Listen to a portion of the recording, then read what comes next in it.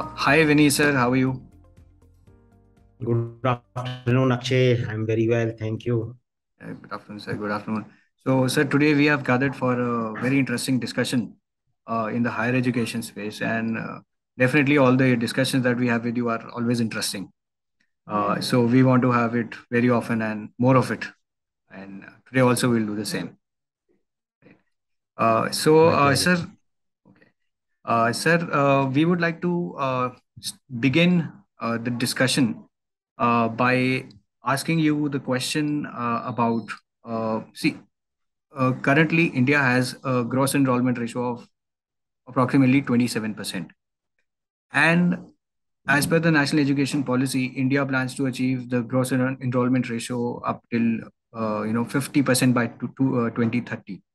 So, how is the government, going to make sure? Because is the government going to set up their own institutions in order to increase the GER, or will the government be supportive enough for the private institutions to, reach the benchmark of at least having 50% GER by 2030?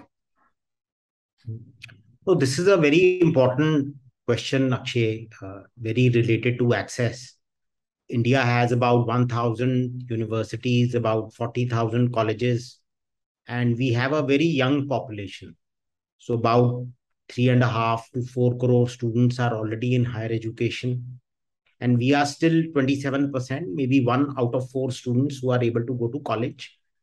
Now, if 1 out of 2 students have to go to college by 2030, then it means we have to more than double our higher education capacity. Why more than double? Because the number of students in the age group of 10 to 19 currently are very large, right? Because Right. India's young population is very high. And all these people will come up to go to college in the next 5, 7 years. So this means huge capacity expansion that can happen only in 2 ways. Either the government sets up its own institutions, which is what you are suggesting, or private sector. Now the history is, in the last 10 years most capacity has come by private sector. So the private sector has played a key role in higher educating the nation, which I think the role of the private sector should be recognized. Correct. However, private sector education, higher education is much more costly than government, because private sector is not getting any subsidy. They are self-funded. People have to fund these institutions on their own, whereas government institutions get a lot of taxpayer money, a lot of subsidy from the government. So clearly, this is going to be a huge challenge. My sense is that the capacity addition in the private sector is the way forward. That's where most capacity will come. Private sector also tends to be more efficient on capital. They are able to do a slightly better job of education in the same amount of resources. They are also very demand led, so there is higher pressure on quality. But the government will need to find ways to support students. The private higher ed private players are not going to pay from their own pocket to set up institutions, and what they may be expecting is that whatever investments they are making, at least they are able to recover, or at least recover the operational costs, even though they may invest in capital costs, but they would want to recover in operational costs. So there, the option only is either private players raise more scholarships, raise more philanthropic capital, and offer scholarships to students, or government provides scholarships to students. Uh, so I think this, in years, and I think it has to be a combination of all of these. That private higher educational institutions will need to provide more scholarships, government will need to support students, and also government will need to set up its own institutions which are more subsidized. So it will effectively be all three in case we have to achieve our gross enrollment ratio goals Okay. by 20. So not a small task. This is quite a huge challenge, and Correct. I hope Humongous. Right. they have to achieve it. Yes. Right. Right. So, how have you dealt with this issue at Ashoka and Plaksha universities? I mean, are you providing more scholarships, and how are you dealing with it? Yes. No, that's a good point. At Ashoka and Plaksha, while So we have built some out, we have very high quality faculty, excellent facilities, and our cost of education is higher, even compared to other private players.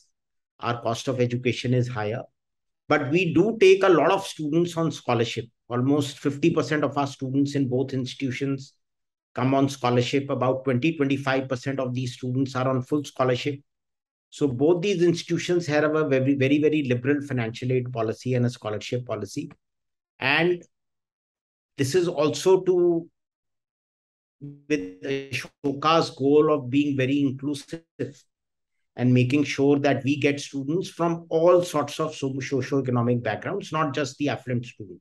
So it's been a very deliberate attempt. And the way Ashoka has dealt with it is we raise a lot of CSR funding on scholarships, which is then provided to these students. And while admission is purely on merit, financial aid is given on the basis of need. So we may have an extremely bright student who gets into Ashoka, but he or she may be able to afford our education, and those people are not likely to get much scholarship. But somebody else who's got in but is not able to afford is likely to get 50%, 100% scholarship also. Ashoka, in its model, is also very different from other institutions. We are totally philanthropically funded. We raise a lot of CSR funding on our scholarships. So that is what makes this liberal financial aid policy possible. And I think it's a good way. There is a sufficient amount of philanthropic capital today in the country. Many organizations across the country are willing to support needy students. And there is a way where separate scholarship funding can be raised for students who can't afford a private higher education. All right. So, sir, how do private institutions make sure that the scholarships are maintained? For example, you said that 50% of the students are at scholarship at both the institutions, Ashoka and Plaksha. But then again, there is a recurring cost, right? And will the private institution has to bear the recurring cost of getting the person who deserves a scholarship educated, or is there a provision through which the private institutions can maybe somehow get some amount from the government, or the student gets a coupon for his higher education which can be availed by the private institution, and so at least the balance has been maintained of the circulation of the funds that is needed to to function and to keep providing scholarships. So this is again a good point, Akshay. This sort of funding from the government has not come in so far. It has come in to some extent in primary education, where some state governments provide coupons to students to be able to study anywhere they want. But I think a similar system needs to come in higher education also. As capacity expands more in the private sector, if we have to educate students from our most marginalized backgrounds, then some amount of support needs to be provided. As I said, either the private sector needs to raise that support separately. That is not easy to raise. Or a good way would also be that government can provide that support to students through scholarship coupons, Absolutely. where and the way government should do it is that government is subsidizing government higher educational institutions year on year. Every institution gets a certain amount of grant just for running expenses. So one way to look at it of its own higher educational institutions, that money is being used to give to students directly, who can then avail of that education anywhere. Right. So obviously, like you said, it's pretty difficult for private institutions to raise that amount of funding year on year to help reach the goal of 50% GER.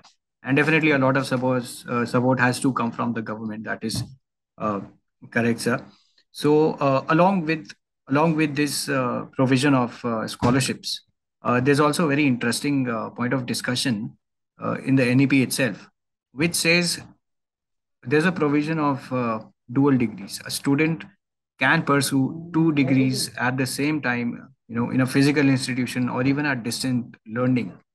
So how is the dual degree concept going to help in the education sector? What is the significance of having dual degrees? So this is again a good question, Akshay. And I'm going to draw a parallel from the US higher education system, where the concept of a double major has existed for a long time. Now, in your undergraduate degree, which is of a 4-year duration, a student, for example, can study physics and history and do a double major, or student can study engineering and economics and do a double major. I think this has many advantages. In India, of course, the concept of double major or a concept of a major doesn't exist. So there is this concept of a dual degree. I think it has tremendous advantages. Firstly, students have multiple interests. And if a student has multiple interests, she should be able to study these different subjects and not be confined to studying only one degree. Second, I do believe that an education at the undergraduate level should be more broad. So students studying a variety of subjects at the foundation level, or students studying two majors, I think these are all positive outcomes, because for a majority of people who go into the workforce, a lot of jobs demand a variety of skills. They demand knowledge on a spectrum of subjects. So having a wide variety of knowledge, sometimes having a double major, is definitely very, very helpful. And I believe students then at the postgraduate level can become more specialized. So the undergraduate is more broad and the postgraduate is narrower. Should be the Right. general principle. Dual degree should be extremely welcome. Okay, and I'm sure Ashoka and Plaksha University already was in line with the dual degrees concept. Yes, Right. we already have the concept of double major in both these institutions. So this in and I would say that a lot of the provisions that have been implemented by the NEP were already existing at Ashoka and Plaksha. So you had already envisioned what the higher education in India must be like, and slowly that is following the country, and that's a matter of pride, definitely. Okay, so one more question. Completely understood that dual degrees are important, double majors are important, and they give a wider spectrum to a student's thinking ability or to be prepared for the 21st century workforce. But obviously, see, there are critics everywhere in every policy, every law that is being implemented. The critics are always there to present their opinions also.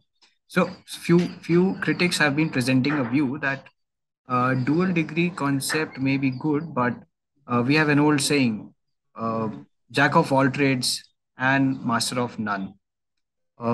This proverb, is it significant for the dual degree concept, and why are critics thinking on these lines? So my view is different, Akshay. I feel while critics have a point, if you if there is a doctor who needs to operate on a patient, you need a specialist. If you need to build a bridge, you need a civil engineer, right? These are all very specialist jobs where the person has to be good in that particular skill, that particular knowledge, and the depth of the profession or mastery of the profession is extremely helpful. I believe those are in today's day and age, those professions are about 40% only, right? Where you do need a specialized skill or a specialized mastery. I feel 50 to 60% of the jobs are today where you need a wide variety of general skills and general knowledge. I mean, you take the profession of a media specialist, somebody like yourself, you need to be adept at the use of technology. You need to understand a broad gamut of subjects across the spectrum. You need to be able to be good at communication. So, and it's the same for somebody who's an analyst. The same is true for somebody who's probably working in a bank in a selling role. So I think lots of jobs demand a wide variety of skills, and for those kind of roles, dual degree, double major, a broad specialization and the undergrad is much more helpful. However, one size does not fit all. True. When we talk of dual degrees, and we are not saying the entire population has dual degrees, right? But whoever has the desire should be able to have. That That is doesn't correct. mean the specialists will not be there. The specialists will still be there, right? And then for those particular jobs that require specialists, you will have those professionals too in the workforce. Obviously, so that's correct. So if somebody has the desire to have a dual degree or learn more subjects than one, then he or she should be able to do it, and the government should not be stopping them. And I think that's also pretty much uh, uh, pretty much makes liberal education as a definition. This I believe liberal education also stands for the same, Yes, right? the a broad based undergrad where students study a variety of subjects and then are able to specialize in what they want to is the broad notion of a liberal education. Liberal education, which is what Ashoka and Plaksha University and you as a person and an institution builder stands for, right? Absolutely. Correct. Right, sir. So, yeah, I believe we have pretty much summed up today's discussion on two very important points, which is dual degrees and scholarships and gross enrollment ratio being one of the major points of discussion. We've pretty much summed it up, sir. So I believe we can pause our discussion and hopefully meet for another important discussion in future interviews and these discussions. Absolutely. Right. Thank you, Akshay. Okay. All right, sir. Okay. Great having you here. Okay.